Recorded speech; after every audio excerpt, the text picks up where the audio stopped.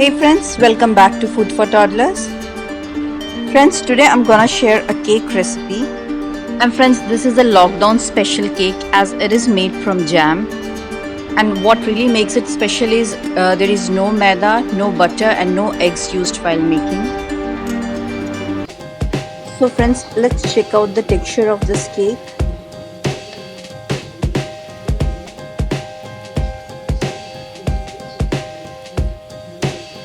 So let's find out what all is required to bake this.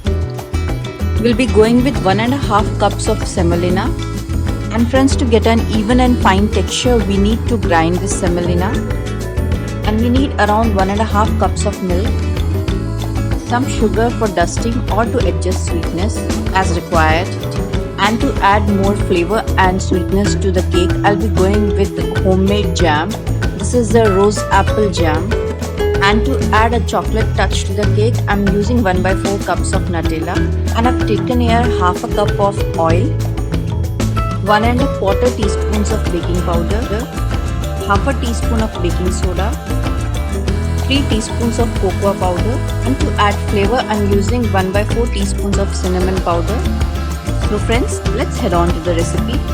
To begin, I've added 1½ cups of semolina powder to a bowl. And now to this I'm adding half a cup of oil. You can replace it with butter also. Make sure the oil is not having too strong flavor, or else you have to add an extra flavoring agent like vanilla essence. Now slowly and gradually mix the semolina powder in the oil. If you are using butter over the oil, then no need of adding any extra flavor to the cake. But advantage of using oil over butter is that your cake becomes more lighter.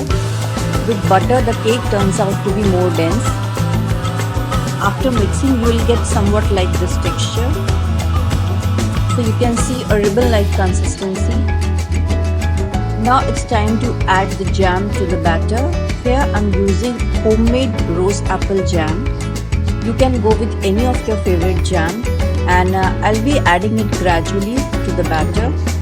I'm adding jam in small batches and then slowly mixing it along with the batter. You can always adjust the quantity of jam used. While making this cake, I'm using 1 cup of this jam, and I'm not using any extra sugar in it. Addition of jam thickens the batter. Now to adjust the consistency, I'm adding milk to it. Gradually pour milk over it until you get a batter having flowing consistency. After adjusting the consistency of batter, I have kept it to rest for 15 to 20 minutes, and then I've added cocoa powder, and to add some flavor I have used cinnamon powder. Mix them well in the batter. Now goes in baking powder and baking soda to the batter. Friends, just avoid over mixing of the batter. Friends, if you feel the batter has become very thick, then just adjust the consistency by pouring little more milk to it. But make sure that the batter is not too loose or too flowy, or else the cake will fall after baking from the middle. After addition of baking soda and baking powder, just transfer the batter to the greased pan. And this step is completely optional. I'm just putting some jam and some Nutella on top of the batter. You can also garnish it with some nuts. And friends, addition of cocoa powder is just optional. You can skip this step. By avoiding addition of cocoa powder, the jam flavor dominates in the cake. And friends, to make the cake more appealing, you can add some natural red color to it. And friends, now it's time to bake this cake. Just move it into a preheated karai or preheated oven and bake it for around 25 to 30 minutes at 180 degrees Celsius. And check the baking is done or not with the help of a fork or knife. And friends, once the cake cools down, you can remove it from the baking tin. You can serve it with your favorite toppings or with chocolate sauce.